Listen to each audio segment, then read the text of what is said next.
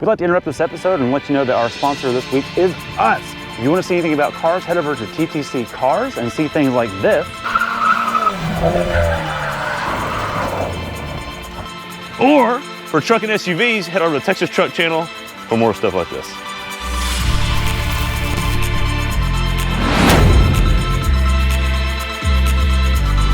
Welcome to Texas Truck Channel. Could be a car. Welcome to Texas Truck Channel. My name's Brian, and right here is Craig. How's it going? We've been arguing off camera about what this is because crossovers are confusing to everyone. If you go to Subaru's website, it says CUV. Other publications say SUV. We're here to tell you it's a Subaru. So, all importantly, this is the refreshed 2023. No one's driven this outside of the launch. It's pretty cool. I like the new nose on it. This is a base model, but you still get fog lights. You still get the signature hexagonal grille from Subaru, and you've got enough black cladding to let your friends know that you're happy to go outside for lunch. You do have the Subaru headlights, they're a projector, and they work, I don't know, fine. I haven't driven them at night, but I'm sure they're pretty good. Bring it around this side. Something I really like about the Crosstrek, its proportions are cool. You've got a good hatchback design, you've got all kinds of outdoorsiness just sprinkled everywhere. For example, this side molding actually will work. It's dimensional off of the paint, and it will deflect shrubbery as you go to your campsite. This is just itching for a lift and a beefier tire. Seriously, if you ever see these with a KO2 and a roof rack and some silly stuff, it's just awesome. It does have aero coming through the slot, and you do have aero slots coming off this front bumper too. Ooh. I find it interesting how many cars are paying attention to that now, when just a year or two ago that wasn't a thing. This comes with the Yokohama Geolanders. They are not off-road tires, but they're quiet, and they're really for Whole Foods and Trader Joe's. They've got you covered. That's what it's all about. These happen to be 17-inch wheels, so it gives you a good beefy sidewall. So if you do actually do some dirt road stuff, you can air down a pinch, and it's actually going to do well. It's also paired with a symmetrical all-wheel drive. And these are, what, a 280 tread, Craig, is that what you said? Yes. That's a sticky tire. That's pretty good. So you're going to have good inclement weather traction, have it all covered. You do have a floating 2-piston caliper, which is just enough for what this is. That's all it needs to do. This is not a heavy car. Not a heavy car. The cladding continues. It goes all the way down. You hit some brush, that's going to take care of you. Roof rack. Ooh. Yeah, that's what matters right here. Not only can you go outside, you can camp outside. And you can take pictures for your friends. That's what really matters. It does have a sunroof, so this has a few options on it. But not a ton. This is the entry level. This is actually the 2-liter engine. We'll talk about that in just a second. Coming out back, nice blocky hips coming around. Fake diffuser, but it looks the part. This is not an aero-treated car, but that, look, it's the whole image.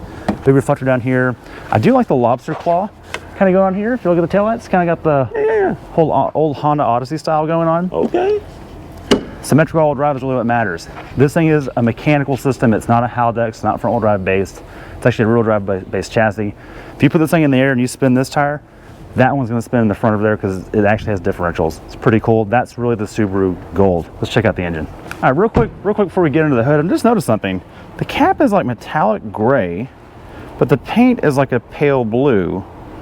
Don't know what's going on there. Someone in the comments might know more than us. Chime in, let us know. I'm curious if that's a design theme. Looks cool, huh? Yeah, it fits the part, but I don't see anything else that's gray that it matches. So anyways, forget that noise. This is the, Speaking of noise, the 2-liter flat 4 boxer engine. I will notice this is a affordable car. And you can tell because there's no dampening under the hood right here.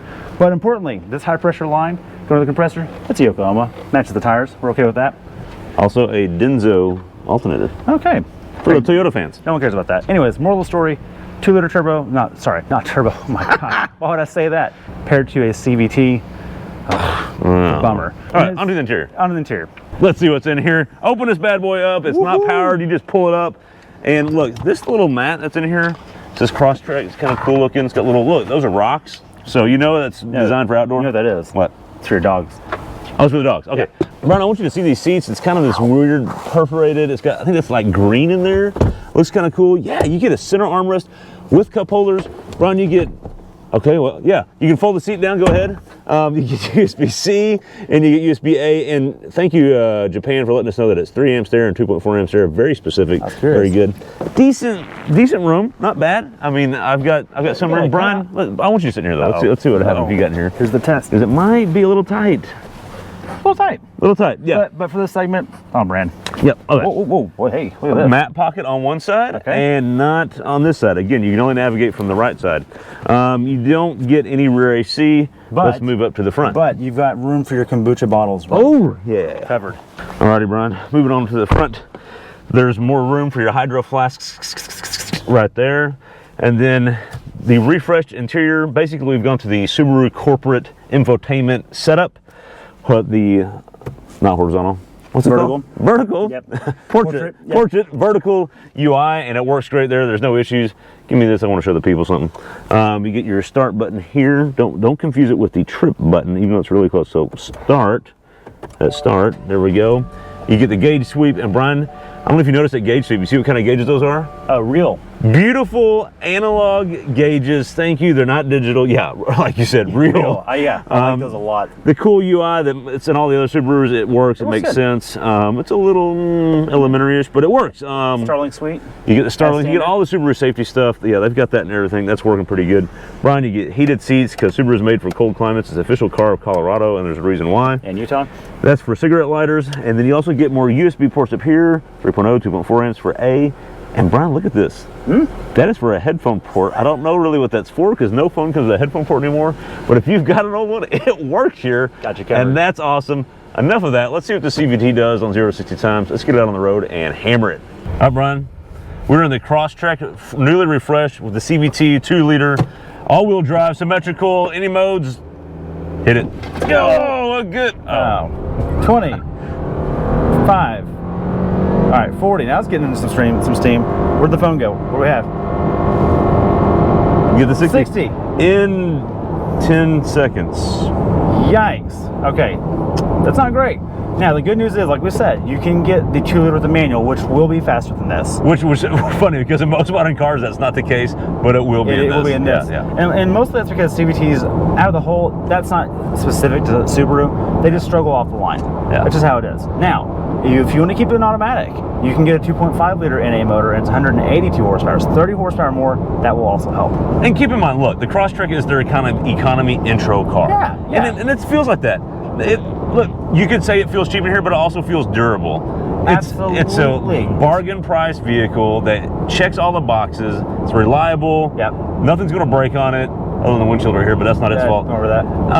I mean, it just works. And it's comfy. Look, I'm a tall driver. We've actually got a sunroof in this model. Yep. Man, I could do a trip in this. And it's a sunroof that's not going to break either. It's manual. Exactly. I mean, it's old school. Yeah, this is very old school. But in a good way. I like it a lot. In a good way. It is charming. I have good gauges. Now, as far as CVTs go, Subaru's got one of the better ones. I think it might be my favorite. Subaru and Honda are both really good at CVTs if you have to go down that road. That's fair. We're not CVT fans, but you're right. This one is not bad at all. But if you're an urban commuter, they're smoother. They get it done. You're not going to care.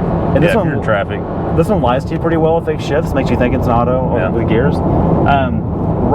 It rides great. It's smooth. It's not the quietest on our course Texas roads that we're on at this moment. But for this price point, I mean, this thing can be had for the low 20s. Like, name me another car at that price point that's this comfortable, this durable, and this reliable. With all-wheel drive capability. Exactly. And if you want to actually, in all seriousness, I know we make fun of the Instagram photos. You really can't have fun of this if you want to. This is your only vehicle. It's all you've got. Lift it a little bit, put a cool tire on it, put an off-road light on it, and a tent. And you're in business. The aftermarket supports it. There's a lot of aftermarket support for and this. That's cool. I like that a lot. And people can customize it. And it's a whole thing. I enjoy that a lot. Also, one more thing. Name me another brand that can give you all-wheel drive this affordably. You're almost getting all-wheel drive for free with this car. That's exactly right. Sorry, I interrupted. Okay, and then lastly, I just want to point out the Subaru Safety Sensor, or not Safety Sense, they call it something else. Starlink. It's one of the better safety suites out there. Yeah. And they came out with it first. They could put it across all their models, and it just works. Yeah. And it's worked good for a while. So. Got it. All right. Well, thanks for watching Texas Truck Channel, because this is an SUV, not a car, or a CUV. We've got a lot of content coming from this event. Stay tuned on both of our channels for all that. All the links are down below. Thanks for watching. So it's not a car. It's a crossover. You sure? Yes. But maybe it is. No, it's not. Okay. Let us know in the comments what you think it is. All-wheel drive, baby. Ooh, baby. Whoa. It worked. All right. That dog's like, what is wrong with them? Happening.